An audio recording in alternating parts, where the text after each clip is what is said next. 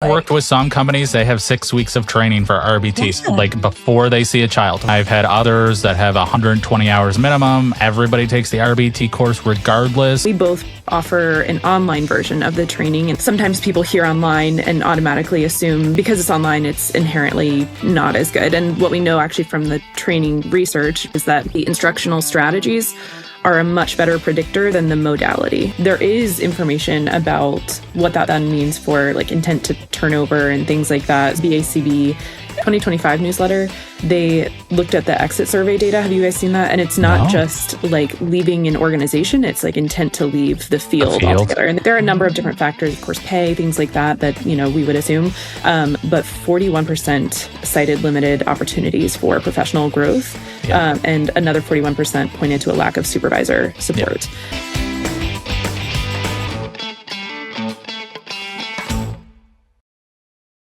Hello, everyone. Welcome to ABA Business Leaders, brought to you by 3Pi Squared. I'm April. I'm Stephen. And today with us, we have Allie Wharam. Thank you so much for joining us. Yeah, thank you so much for having me. I am excited we've had a couple of great conversations and I'm excited to continue that. I know those of you who have been around for a while, back, I don't know, was it last year? We were on each other's podcast and had a great conversation. And just recently, actually, this week that we're recording this podcast, the episode that we were on for Allyson, it came out this week. So yeah, so if you haven't already, go back and Allyson, tell everyone the name of your podcast. Yeah, it's In the Field, the ABA podcast. And so yeah, we have a previous conversation, like you said, from last year of you guys on there. And then this most recent one, I really enjoyed that because I feel like the first one was really helpful because it was just the broader context of ABA business. But it was really interesting this last one to hear like your personal story and how you've kind of come to learn some of the things that you now help other businesses with through your journey. Oh, thanks for that. Yeah, it was really fun. We always enjoy our conversations with you. In fact, you know, Stephen's like, who? Because like I keep track of the podcast around here, and his joke is he just shows up. And so he's like, who's our guest today? And I told him it was Allyson. He's like, oh, okay. And he said, what are we talking about? And I said, well, we'll figure that out. And he's like, okay, good. You know, it's like we knew that we would, you know, we aligned and we enjoy conversations together. So here we are to have a conversation together and to invite you guys all listening to, you know, be part of this conversation. We would love to hear from you. We do have our podcast hotline. The number is in the show notes. So we would love for you to give us a call and ask us any questions or give us feedback or just comment on what we talked about today. And then also you can find us on all the social medias, also in the show notes. All right. So today we're going to talk about training. Training is such an important part of being an employee, like no matter what field you're in, no matter what you're doing, being educated on what's expected of you. If there's special skill sets involved, it's important that you know how to do those skill sets. And so, it would only make sense for us to have really rigorous training in ABA. And it's really kind of interesting because that's what we do well, right? We practice a science that helps promote behavior change and building skills and all of the things, right? So, but sometimes we get distracted or sometimes we just forget about training our staff because we're so focused on providing those services and assessments and filling in the skills and all of the things for our learners. Yeah, absolutely. And I think one thing before we were talking about this topic kind of generally, and you had mentioned, like, it seems like an obvious thing, like, yes, you have to provide training. And then as we started to kind of go through all of the, like, well, there's this to consider and there's that to think about. And this is, you know, a common gap that we see. So it seems like maybe on its surface, it's like, yeah, of course we need to provide training. But yeah, I think we're going to dig into some of those sort of specifics of what that actually looks like and some considerations beyond just like, yes, you need to provide training. So I think for a great place to start would be for Stephen to help remind us all about the regulations and, you know, we're not attorneys, of course, but the regulations and then what law and all of that behind training. Like, when do you legally have to provide training? I mean, like, so if it's required training, and you hire someone knowing that they don't have that required training, then it is talk to an attorney, LegalShield.com, great resource. But I have talked to many HR people and attorneys, and so if your funder requires, let's say, RBT, CPR, first aid, they require maybe a crisis intervention. I'm seeing lots more funders now requiring cultural competency. So things like this, if they require it and your staff do not have it and you hire them, you're required to pay for it and the time that it takes to complete it. So that's just a best rule of thumb, I would say. RBT training, I mean, the expense of it is like, I mean, you can get free ones now, right? We have one, happy medium. Everybody seems to love it on our website. It's $40. I think the biggest pushback I get from that is, well, they need it for their RBT certification and they get to leave with their RBT. So I don't have to pay for that, right? But what about competency though? Because competency training is a big piece of, it's not just completing the 40-hour online class or whatever, right? There's competency. And I would think that when we owned our own company, even if someone came to us with an RBT certification, or came to us already at BCBA, right? Part of that intake process and part of the orientation and just getting started with working with us once they had accepted the job was to see where their skill sets are and their experience is. And we had a lot of RBTs that came to us with an RBT certification and they said, oh yeah, no, someone just checked off on that. Like I never really did competencies. Right. And so that after having a few of those situations, we started doing our own competency checks. Of course, if we were helping them go through and get their RBT, but even if they already came to us as an RBT or a BCBA, we did our own competency checks. Right. And so the way it works, correct me if I'm wrong, you take the course, the 40 hours, then your supervisor is supposed to check competencies in each one of the areas, right? And then you take the exam. Is that correct? Yeah. Okay. And yeah, I can remember this one RBT. She turned out to be a great RBT and she was with us for a long time. But during the interview process, and I know enough about ABA to be dangerous, right? But we asked her, what's manned? What is a manned? And she couldn't answer it. And she had an RBT certificate. And it's like, okay, how did this happen, right? And again, no judgment. It's just, what are we doing here, right? We're putting these people in a house by themselves a lot of the time for 40 hours a week or, whatever. And they don't know the basics of the job. Yeah. And then we all kind of go, why is everybody complaining about the services we provide? Right? Like, come on. I don't know. Yeah. I mean, so we have an RBT course as well. And part of that is we have lots of feedback throughout. I'm sure you do too. And so it's interesting to look at some of the feedback and stuff that's provided. But, occasionally organizations will have people who are already certified go through and take the training. And it's always interesting to see the feedback, which is nice for us, where it's like, oh, I'm understanding this for the very first time. But my point of that is also that just because someone has done this training doesn't mean that they really learned all of the content that they needed to learn and the skills that they needed to learn, which is, your point about the competency assessments as well. And that's, I think, as I'm thinking about, there's all the new 40-hour, the third edition 40-hour training requirements went into effect January 1st. And one of the big changes with that is that before there was just kind of the task list and it's a bucket of content, and you as a training provider allocate how much time to spend on all of that. And the board has moved to these different domains. I think there's 8 of them. I should know this off the top of my head for how long I've spent mapping everything out and designing everything. But in terms of that, it's providing minimums per area. So documentation and reporting is one of them. Behavior change procedures is 20 of the 40 hours.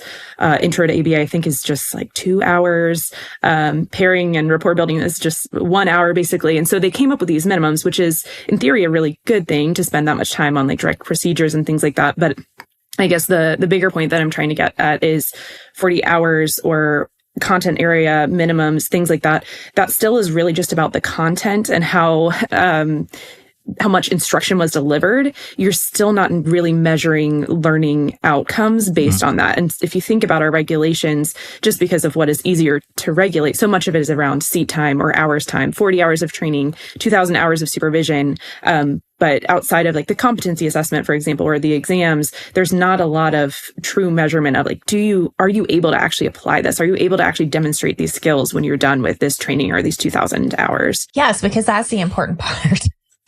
Yeah, being able to demonstrate, right? And then I too, I think there's an important part, and I may be jumping ahead, but okay, let's say they demonstrate competency. Let's say that they can generally show that they understand these basic concepts, right? But then there's the generalization piece, right? Because we all know that not every single learner that we work with, we're all different. All humans are a little different, and the autism presents different. Or even if, beyond autism, depending on what population that you're providing services for.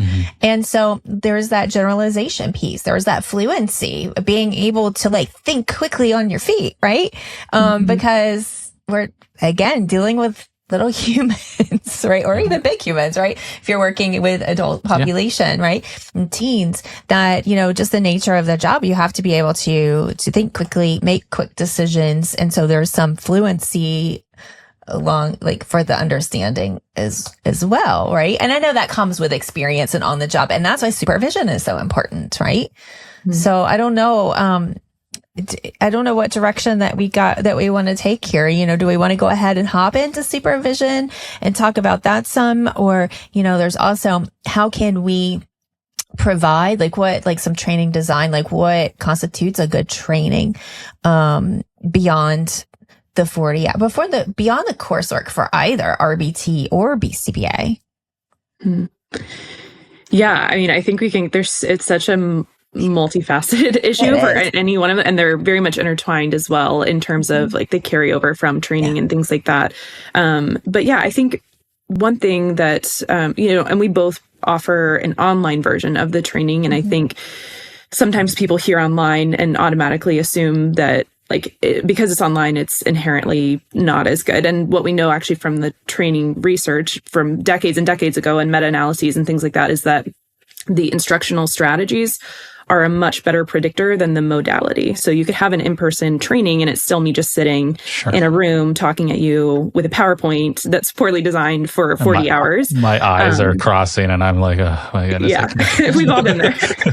We've all been there. And so it's so much more about that. But at the same time, there are constraints, obviously, within different modalities, but also affordances or things that make it better or easier based on the technology and things like that. And so obviously in an online training, one of the limitations is you're not there to give real-time feedback. The system might be able to give feedback. One of the benefits might be being able to take some of the quizzes or assessments multiple times, being able to rewatch videos, all of those different things are affordances. But then a constraint obviously is, actually seeing what it looks like with clients, getting feedback on the ground. And so I think what I would love to hear from you guys, and what I have heard about with organizations is, really combining that online training, that is not enough, no matter what. Even if it was in person in a classroom, that's not enough. It really has to be paired with that supported generalization of what does this actually look like with clients on the ground, getting feedback beyond just the competency assessment. It shouldn't just be, I'm watching this training for 40 hours and then we're jumping straight into competency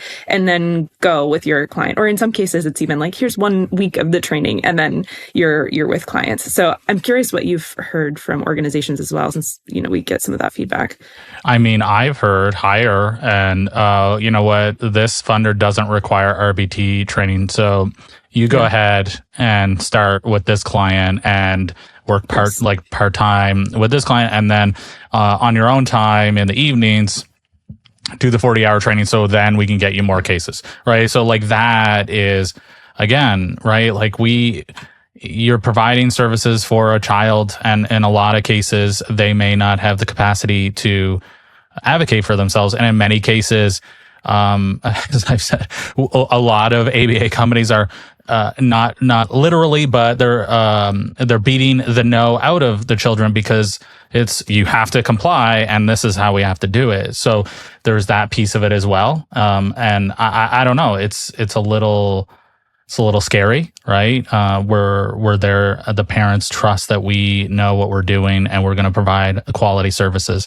And you throw someone in that said, hey, I can babysit on my resume, right? You know what I mean? And so like that's kind of where it's at right now. And it's not even funny, even though I'm laughing. That's what we see, right? I've talked to one company and they had 60 RBT contractors and they said, hey, they're a contractor. We don't have any control over what their schedule is or how they do. It's like, okay, first of all, you can't do that, right? But second of all, really, they're independent. This currently happens still in 2026, yes. Right? And yes. What was that? What was the BCBA came out 2019? I think it was 2018. It's been a while. Yeah, and then the IRS has clarified in the past couple years. So like that. But I think but that's related to training too, because it's like, okay, what shortcuts can we take? And I'm not, I can understand where business owners are coming from. Yeah. I can understand, starting up costs a lot of money. And so I've said, if you don't have the money to train your staff, you have no business even opening up a business. Right. Like please take that into consideration. And I know it's like a sweeping statement, but it's so important. It's so important there's so much, it's that like snowball effect, and it affects so many different areas. You have just the quality, yes, being able to predict better outcomes with trained staff. Let you decrease the likelihood of abuse. Yeah, I mean, there's assumptions being made here, right? Yeah, there are. And when we were talking to Brian about that, right? Like I said that to him. Okay, if you have a better trained staff, is that a good assumption to make that your services will be better, right? And I want to say that that's true. Well, it depends on what your training looks like, right? Yeah. But it also depends on the personality of the staff, right? And can they work with 2-year-olds or do they work with 15-year-olds? There's no 100% guarantee here, but you are increasing the likelihood of better outcomes all around. Yeah. If you're training your staff, plus think about like your staff's like. I just want data on that, right? Like I really want to know how well that aligns, right? Is there data? Do you know if there's, because I am not sure. That's something we should look into. If anyone listening knows more about that, please. I don't know that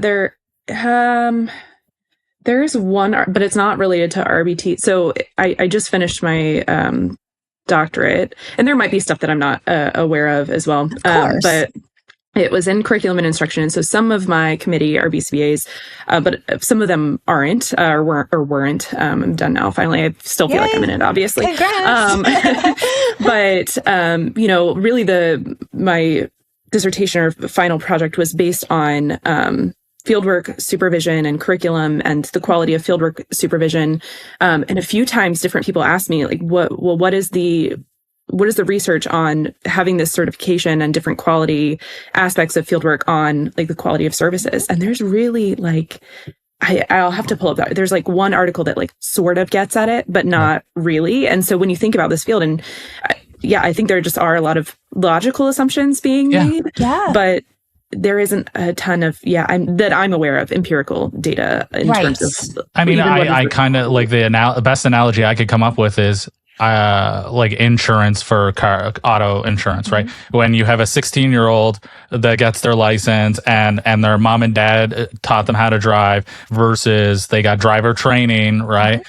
I think that the insurance has done enough, taken enough data, right? That they're like, okay, we can give you a price cut based on this, right? And so they're like, there's probably an assumption at the start, but there's probably enough data that. Well, I'm sure there's some sort of standardization within I have no idea, but within like to become a driver's training teacher or whatever. You have to have a certain amount of sort of like curriculum or like standards or something there. There's got to be like some kind of Yeah. But even the worst driver ed teacher is slightly better than a parent. Do you know what I mean? Like, that's probably the odds. Yeah, there must be some data there. There must be. So I'm assuming that's the same here, right? Like even but I guess that is a good point. Like, you could be trained really poorly on some of the procedures you were getting at, and so someone could have quote unquote training, but like not just what was the quality of the training in terms of like the instructional strategies, but like what were you taught to do? What were you taught was right?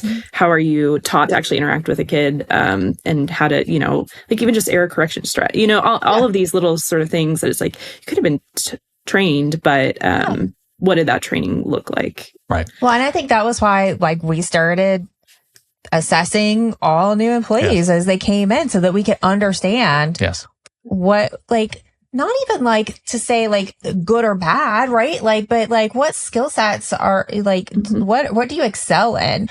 What do you still need support in, right? So that we can help grow you and change, like help you to become a better clinician or, better technician. And I think that's because I'm not trying to toot my own horn, but that's because we like really cared about our staff. Like, we really enjoyed what we did and wanted to provide quality services. And so we really wanted to take care of our staff. And we saw that as part of taking care of our staff. And the client side too, right? Yeah. And like I don't know, maybe some people don't, right? And maybe they don't care, they don't think about it. But you want your staff going in, especially in home, you want them going in the home confident that they're going to be able to handle this situation, right? Because they are way more independent. So, and like they're there by themselves with a parent that may be critical, and like rightly so in my opinion, right? And hey, you're taken care of by a kid. I'm gonna let you know what I think, right? I think that's fair.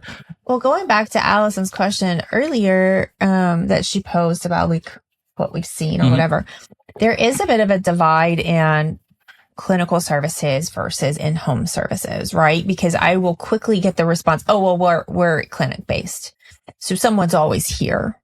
Sure. And which I get it. There is a difference. Absolutely. There is a difference. And especially if you have a BCBA, especially like some clinics will have like a floater BCBA and someone, that's their job is to just keep check on it, offer assistance and supervision and support. And they'll have like lead RBTs there, right? So there is a team. And, I guess the idea too is that within a clinic setting, you also want to try to make sure that the environment is set up where no one adult is alone with a child in a specific area. And there are some just pieces built in, like antecedently, like, right, that like are just environmental changes and modifications that just kind of help things flow and help you to keep your eye on things.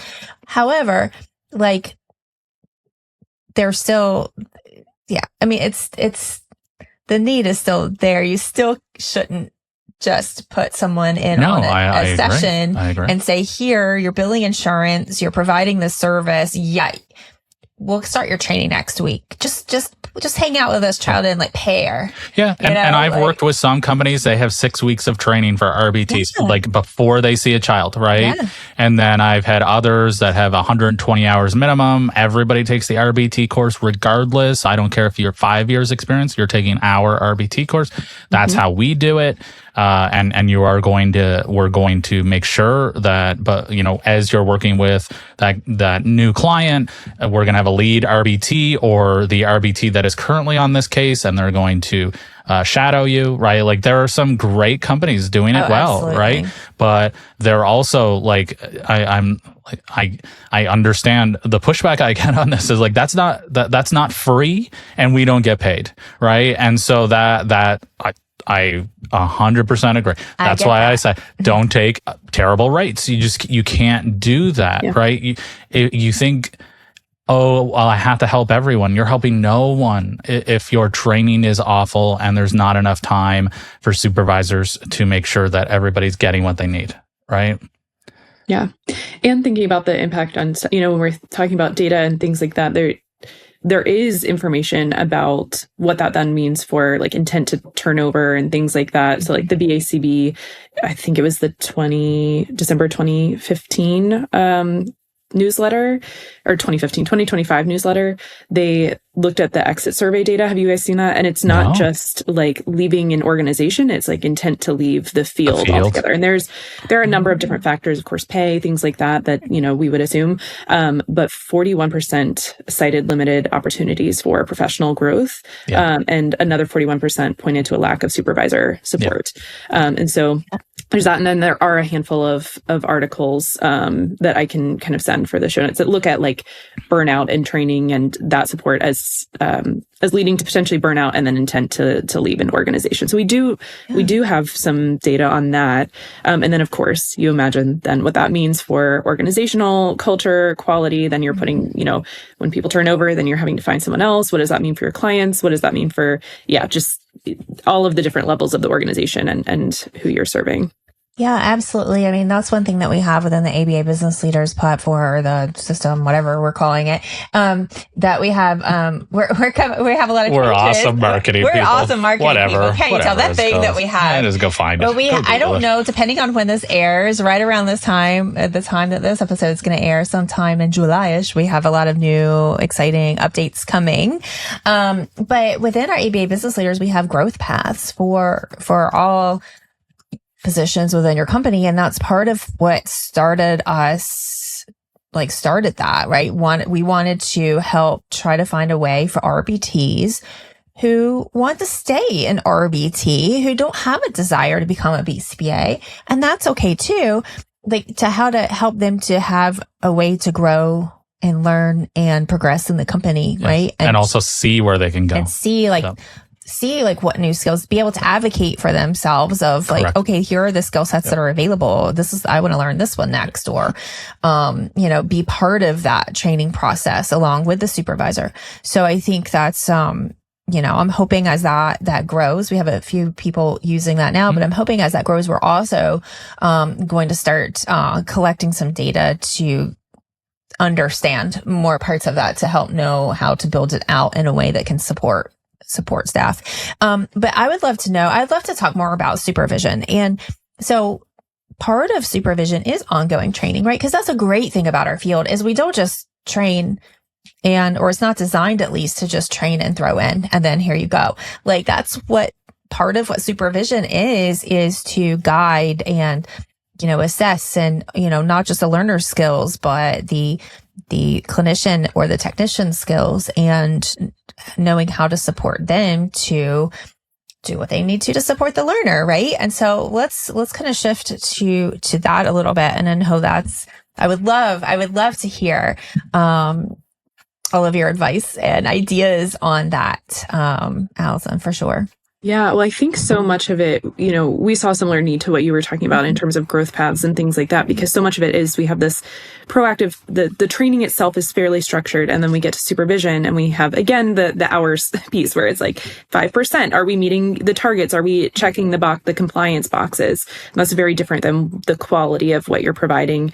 And then I think even the word supervision means so many different things in our, we have fieldwork supervision, we have ongoing supervision, we have supervision of client, for billing purposes and billing codes. And so even when we think about RBT supervision, you have really the supervision of the case and the client and their progress, which is of course interconnected with the supervision of the person delivering those services. But then there's also the supervision just for the purpose of that person learning their skills, growing and developing. And so I think that's definitely a challenge is within the system that one word and that one function is really not just one function. It's all of these different things. And so it's easy to become potentially too focused on one or the other, and neglect, because they're both so important. And so if I'm as a supervisor hyper-focused on just this individual client's programming, I might be missing the overall sort of career development support learning that I could be providing to that technician. And then, thinking back then to fieldwork as well, when we think about the structures of fieldwork supervision, often because again of how, we have some states, California and states that have a 3-tiered model where you get practice in supervising other people. But logistically, for most organizations, unless an organization intentionally creates opportunities, there aren't usually organic opportunities for a fieldwork student to learn how to supervise.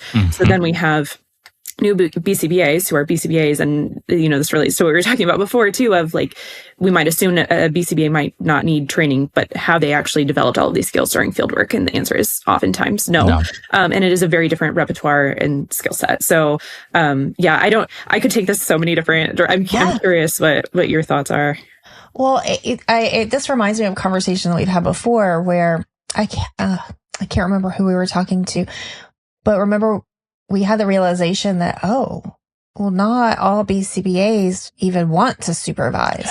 Yeah. A lot of BCBAs want to work with a learner, and so there's different types of personalities and people who become BCBAs. Like some are really excel at supervision and they want to be a supervisor and they want to help guide others to work with the learners versus, being down on the floor themselves. Mm-hmm. Others are like, I don't ever want to not be down on the floor working with learners, right? And then you have everywhere in between. But that was what we had, this big light bulb moment of like, it was the CPABA. Conference? There are actually BCBAs that don't want to supervise. And I was like, no, that's wrong, because they mean the exact same thing, right? BCBA equals supervisor. That's it. Like, they are the same thing. And so I've had a lot of light bulb moments of working in this field, and that one just oh my goodness, I didn't even think about that. Right. And there are just some people that don't want to, again, going back to engineering, there are just some just leave me alone. I don't want to talk to you. I don't want to hear about it from you. I just want to do my job, right? I'm going to do my own thing. If you don't have a problem with me, I don't have a problem with you, right? But I'm not training anyone. And that was... there are a handful of business leaders in our community who that's the company, the agency that they open. They have their BCBA, they provide direct services. They may have other BCBAs that join them, but they're kind of more like in a colleague type work. Let's all teamwork this together. We each take our own kids. Mm-hmm. Because they would rather, that's just not something that they're interested in doing, is being supportive, supporting an RBT. Yes. Not that, we all get we all get to choose how we want to do it, but in our tiered model that really shows up a lot, and through funded, insurance funded plans, that's kind of what we see the most often, right? The other thing, I don't remember who I was talking to that told me this, but because of the explosion in BCBAs and the fact that not every degree is equal, there are not enough mentors to train new BCBAs on how to be a BCBA. And then these BCBAs that have not been trained to the best of the ability of the field, then train the next generation, right? Yeah. And so we're seeing a lot of you don't even start writing reports until you've completed your hours, and that's not supposed to be. It's not supposed to be. We've had a lot of those conversations too, as far as within the coursework, right? What are some changes that could be made, or different tracks, different, what is it? What's the word? The emphasis, your degree, have a concentration, and right, and to be able to get more specific, education and training just as part of the schoolwork. Yeah, I have two kind of main things that are coming to mind as we're talking. One is, we've talked a lot about growth paths and competencies, and for people to understand what they're working towards. And so for a trainee and a supervisor to see, we have the task list is now called the test content outline. And part of that is the board clarifying. And they say this in, I forget which newsletter that is, but they clarified it a couple of times that it has taken on all of these other functions, that really what was the task list was meant as, this is what's on the exam. Mm-hmm. It's not necessarily everything that you need to practice. And so you, as a supervisor and trainee, need to know exactly what you're working towards, and having some sort of curriculum and things like that. And so, we have built out ongoing competency tracking for supervision, for example, so that you're seeing the gaps. So I know as a supervisor what I'm working towards, and then you as a supervisee know what you're working towards. And so the other piece of that is for organizations using that, being able to track the same competency across roles and seeing, okay, I am a maybe they already have it from being a technician, probably not the supervision role, but maybe if they're a lead RBT, they already have some experience mentoring and teaching and training.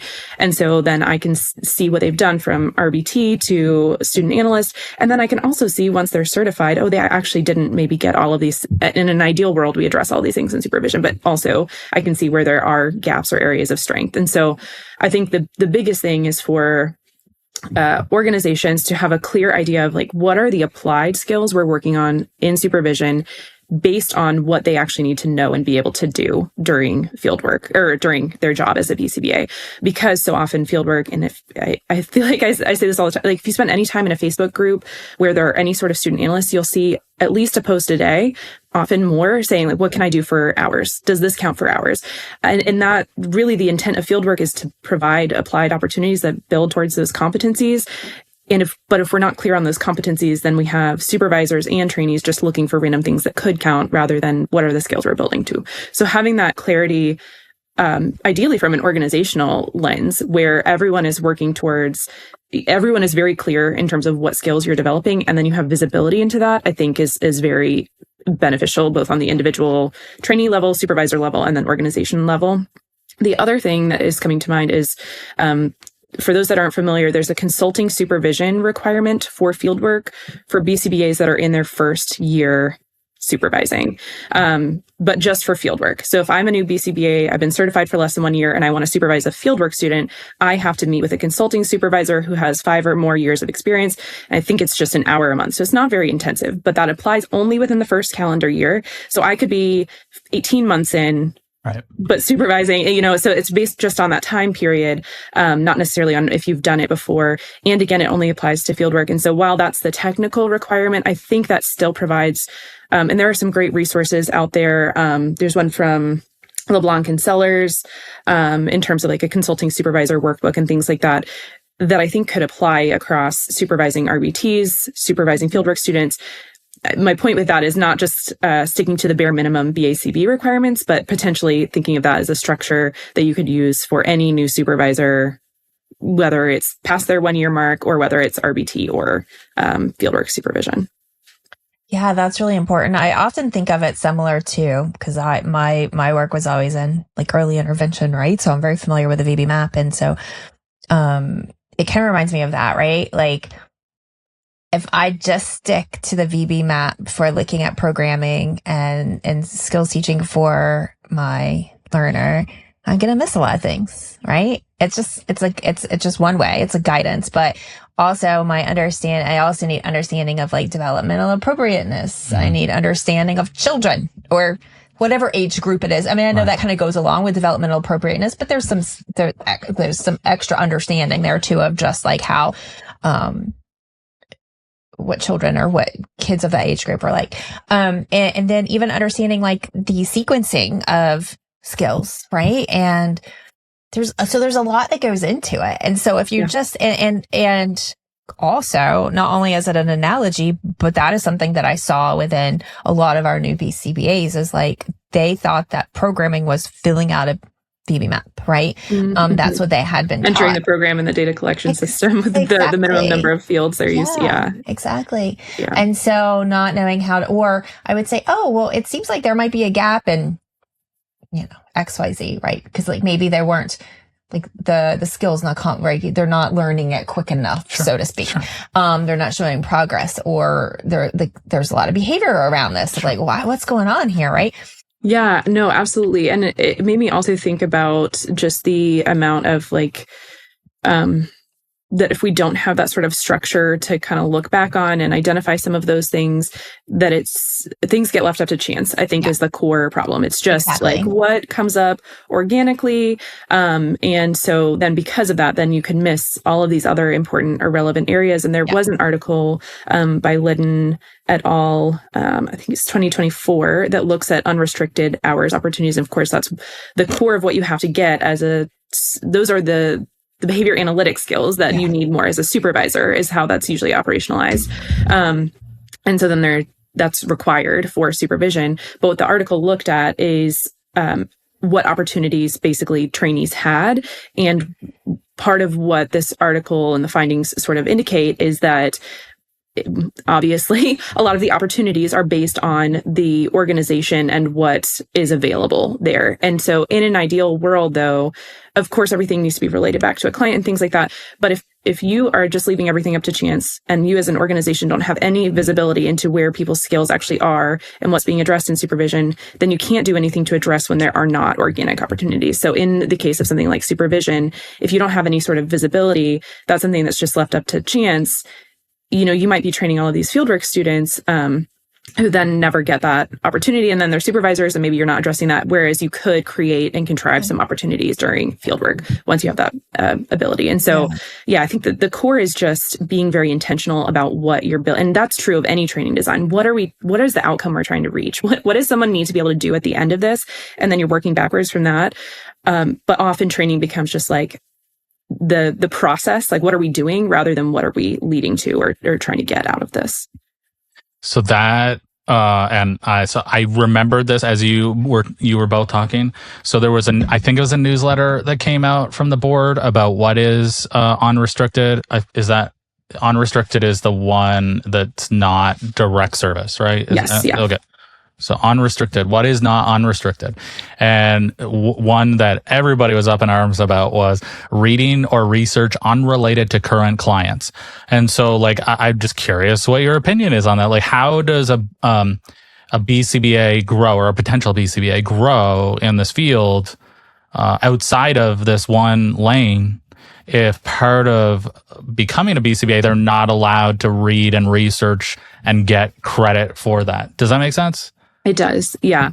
I think with a lot of these regulations, they're well-intentioned based on the core problem, which is basically what we were talking about, where it's people are not actually prepared at the end of their hours because they're doing these random activities. So I am just going to do all my unrestricted hours are that. And I think it is a double-edged sword because, as you're indicating, then it has the potential to limit someone's scope and what they're learning about during their hours. And at the same time, the core problem, again, is when the proportions are all wrong. And someone did that for 500 of their 2,000 hours. And so the board is in a tricky place, trying to kind of create these rules. And then we as supervisors, it creates a lot of anxiety and things like that as well, of like, am I following the rules? Am I providing supervision within the intent of what the BACB is asking of us? But I do think it is a good point. One thing I always, my main goal within supervision is always going to be to help trainees learn how to seek out information, identify their own self-reflect and identify their own kind of shortcomings, because I'm not going to teach them everything that they need to know across the course of their entire career. That's no one can do that. That's impossible to do within 2,000 hours. But what I can help you really fine tune is the pivotal skill of being able to continuously learn if that's not something that you're already, able to really do. So part of that is, I think, helping folks become aware of the different areas of practice, seeking out information. It is kind of frustrating for trainees, I think, because 2,000 hours is a lot of hours for me as a supervisor to say, well, if you're interested in this, you can't really count it for hours, but it's still worth your time. So for podcasts, for example, ideally, you're just kind of a sponge during this time. Sure. And so while that might not count for hours, that's still a valuable thing for you to kind of be learning more. And so I don't have a great answer for this in terms of yes, it is hard. Yes, it, I think limits what people are exposed to, but the core of everything is still that it needs to be applied to a client. And so if you have some means of looking at for your client, maybe this might not be their exact programming right now, but based on where they're at, but this is a special interest of yours, but could relate to the client in the future. There might be some ways you can get creative or look at organizational behavior management within the organization. I think that is a limitation sometimes, is that we only think of client as child with autism. Right. And so the other part of this, though, is that your supervisor, it has to be within their scope of practice. Yes. And so, if as you're evaluating your capacity as a supervisor, fieldwork, or ongoing supervision, or whatever it happens to be, you also have to make sure that supervision itself is within your scope of competence, but also what you're supervising on is within your scope of competence. So if I am a BCBA who's never worked in geriatrics, and then I have someone who's interested in geriatrics, and we used to provide remote supervision, and had this happen, someone came and was interested in geriatrics, and I luckily have a colleague who specializes in that and could tap her in, but part of it is also modeling then for the trainees, like how to learn how to start to expand your scope, but also to understand that you can't just go and independently apply it. I don't know that really answered your question. It's hard, I guess, is the core of it. And it's almost like unintentionally siloing, right? And you're like, every generation of BCBA is going to get slightly more siloed because their supervisor only knows this scope. Do you know what I mean? And so it's not this widening of learning. It's actually we're kind of crushing people into one area, right? I totally see that. But I also love what you said about teaching the skill to know how to continue to learn and self-assess. And because I think that's a thing too, because a lot of times we get stuck in like this like sequence of skills, you know, to check the boxes, but we forget about like, you know, curiosity and the not outliers, but executive function, like time management, right? Like there's so much of that is a big part of being a good clinician, right? You know, being able to manage your time, being able to prioritize, being able to, you know, keep yourself grounded and like in check, like emotionally, so that you can be like, you can show up in the way that you need to show up for your supervisees, for your clients, for who, you know. And so I think, you know, that theme has come up a lot in our conversations over the last few months, especially as like that ability of like self-assessing and advocating and the skill of I was just gonna say, can I count that as unrestricted hours? I mean, you know what, and I get that, but you know, I guess sometimes it's like, you know, life is outside of it's not taskless anymore, but out of the preparation for the exam, right? Life is outside of that, and there are just parts of being a good student, being a good clinician, being a good employee, is that you're going to continue to grow yourself outside of what's expected on the list.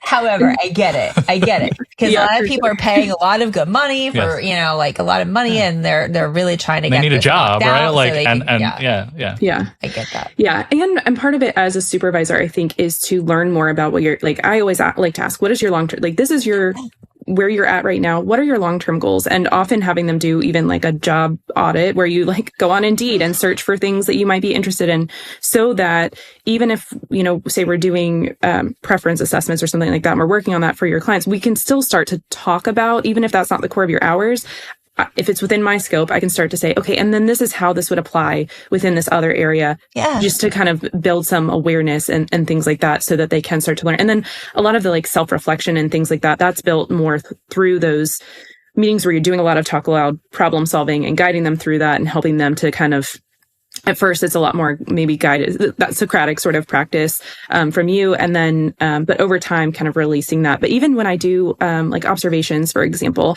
I don't start with my feedback. I always start with like, what do you think went well and what would you do differently next time? And so it's not so much of that, like learning to learn and self-reflection is just embedded in your supervision practices in general, in an ideal world. And I think, yes, right. Like, and that just goes back to the fact that you need a really good supervisor, right? You need to pick your supervisor wisely if you have that opportunity, because like their understanding is going to limit how much you can grow, right? Right. And you kind of, again, you're going to get siloed. I think that, I don't know, maybe every or maybe the majority of supervisors do that, right? Like, try to teach people how to learn, right? How to, okay, what did go? Cause that's a wonderful skill. That's something that I picked up when I was teaching people. Like, you don't want to hear me tell you what to do again, right? And that does nothing for anyone, especially me. So like, how do you know that you did a good job, right? How do you know that you hit everything that you needed to in that session so that it provides quality service, and right? How do you recognize when you don't? You need support. And you do need support, and that it's okay to reach out for support. Yeah. And then that goes back to that other point I've had about this field, is like no is a bad thing in this field, right? No, I don't know how to do this thing is a bad thing in this field. And like we teach the kids that a lot of people teach kids, they're not allowed to say no, they just got to do it. And so when you do that for 20 years, come on, that's not going to rub off on you, please, right? Like, and so no means bad, right? I don't know how to do this. That's a bad thing. I have a deficit, right? And so like, I feel like that is embedded in this field. I don't know how you get that out. I think a lot of it, again, ideally is supervisor. Like as a supervisor saying, yes. Like, I'm not afraid to say, like, I actually don't know the answer to that. Let's look up, like, let's research this together. Let's, you know, and actually that's still outside of the scope. You know, we still need to tap in someone else who I do know is, you know, so helping people be comfortable with that, seeking out information and then seeking out other people and training. But part of this, I think that you're getting at is that is a bigger cultural issue within the field, which then again, if we're going back to training, a piece of that is like, as an organization, are you assuming that your BCBAs know? Are you creating that expectation that they are not allowed to not know things or that they're not allowed to ask for support or training? Are you reinforcing when they, you know, obviously within reason, are coming to you and needing help with problem solving and things like that? So, yeah, I think there's so many systems that need to come into play to support that. Yeah, I just hear that often, and maybe you were going to say this, that they should know how to do that, right? Yeah. I've already told them how to do it, you know, and so like, and it's like, and, it's hard to hear that. I need to pause though, like anyone who they're like, oh, that's me. I say that. It's okay. Like this is part of the learning process and the self-awareness, and this is how we do better. Change and we do better, right? Is recognizing these things, because like we're all on a journey and we're all growing and change. Like not a single one of us knows what we're doing all the time. Like we just make the best all the time. We make the best choice. There's a life that we can in the moment with what we know. And some days we have good days and some days we have bad days. But I think that's just, so my hope is that no one, you know, listens to any of our conversations and feels shame or feels, you know, like that's part of my people pleaser. Yes, it's okay if you feel shame. It's okay. It's okay. I'm just saying, but like that's not the purpose to here is to help to like hope to elicit like the desire to want to do better. And sometimes if we do feel like it's harder for us to come up and say, hey, I need help. I don't know that I'm doing this right. If we're concerned that we're just going to get criticism that we're always doing. That's part of the field. Yeah. And I would urge people that if they're feeling that right now, that, oh, you're criticizing me, then I would, what is that? Because if you feel that defensiveness right now, because you're hearing this, then you're probably putting that on your team as well. Do you know what I mean? So like I mean, we're all here to grow and learn, I think. And, you know, some people will do it better than others. It took me 40 years to realize how many stupid mistakes I was making. So, you know. And I think that's kind of what I was going to say too, is that this is not coming from a place of like, I've always been a perfect supervisor and known how to do it. It's like, these are kind of the lessons and reflections that I've had to make and learn over the years, or have seen in organization, you know, that I have personally worked in and been a part of that system. And so, yeah, none of this is ever like, you should be perfect. You should, as an organization, have this figured out from day one. But I think the more that we kind of talk about these things and peel back the layers and just have additional things to consider, because there are so many, like you had mentioned before, not even thinking about the fact that a supervisor or a BCBA may not want to be a you know, they're just things that you may not have encountered that thought process before. And that's for you to kind of take or leave, or, you know, figure out what to do with that.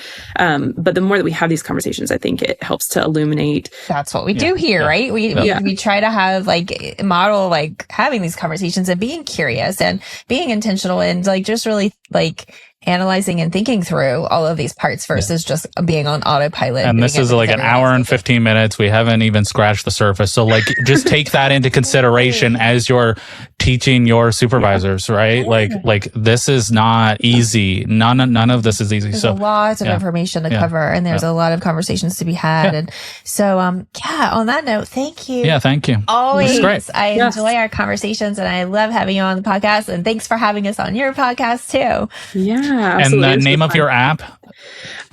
So if you go to sidekiclearning, you also talked about your naming. If you go to sidekiclearning.net, the app doesn't have a specific name, but yeah, you'll find information about our learning system and curriculum and things that we have there. Awesome. Nice. So we'll have all that information in the show notes if you want to reach out to Allie. And of course, if you want to reach out to us, we can always put you in touch with her too. Yeah. So anyhow, or like we have both. We have all three said here. I don't care if you reach out to us. please reach out to somebody, right? Yeah. Like, find it's important to have a mentor. It's important to have someone that you feel comfortable with, that you can learn from, and you can bounce ideas. I mean, I do care. You should reach out to me, but if you're not going to, that's fine, I guess, right? But reach out to somebody. All right, everyone. I hope you have an amazing week, and we'll see you next time. See ya. Thanks.